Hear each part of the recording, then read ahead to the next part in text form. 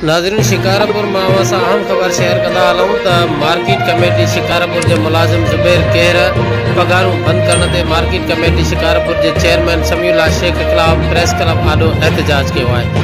इन दाईंदे चयो त मार्केट कमेटी के चेयरमैन समीउल्लाह शेख बिना कंहिं सबब जे मुंहिंजूं पगारूं बंद करे छॾियूं आहिनि। हिन इल्ज़ाम लॻाईंदे चयो त मार्केट कमेटी में लखें रुपयनि जी करप्शन थियल आहे, जंहिं लाइ हू पाण खे बचाइण लाइ मुलाज़िमनि मथां कूड़ा इल्ज़ाम लॻाए रहियो आहे। इन वधीक मीडिया आॾो दाईंदे चयो समीउल्लाह शेख चेयरमैन आज को तो बेबुनियादी इल्ज़ाम करप्शन जा लगाए रहियो आहे। उते मां आहियां गवर्नमेंट चौकीदार। मां चवां थो मूंखे इंसाफ़ खपे।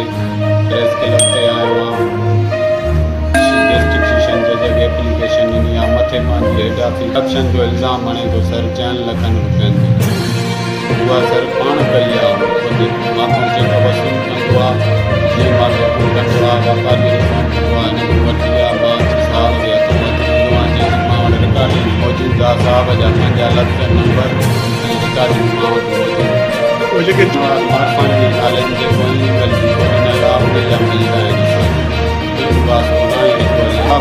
कयो वञे। हे बेबुनियादी इल्ज़ाम आया था वञनि। मुंहिंजी पघार बंदि थी था वञे।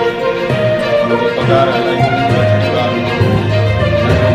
असां साईं ॿियो जेको आहे कॉन्स्टिट्यूंसी मुलाज़िम आहिनि उन्हनि ग़रीबनि सां बि नाजाइज़ आहे। जंहिंजो बजट घुराईंदो आहे 14,000 मां पघार ॾींदो आहे हुनखे 5 या 7,000 तव्हां मुलाज़िमनि खे घुराए ब्रांच में रखी अॼु समुझा पुछो मुलाज़िमनि खां पुछो। इनशाला इहा ई मुलाज़िम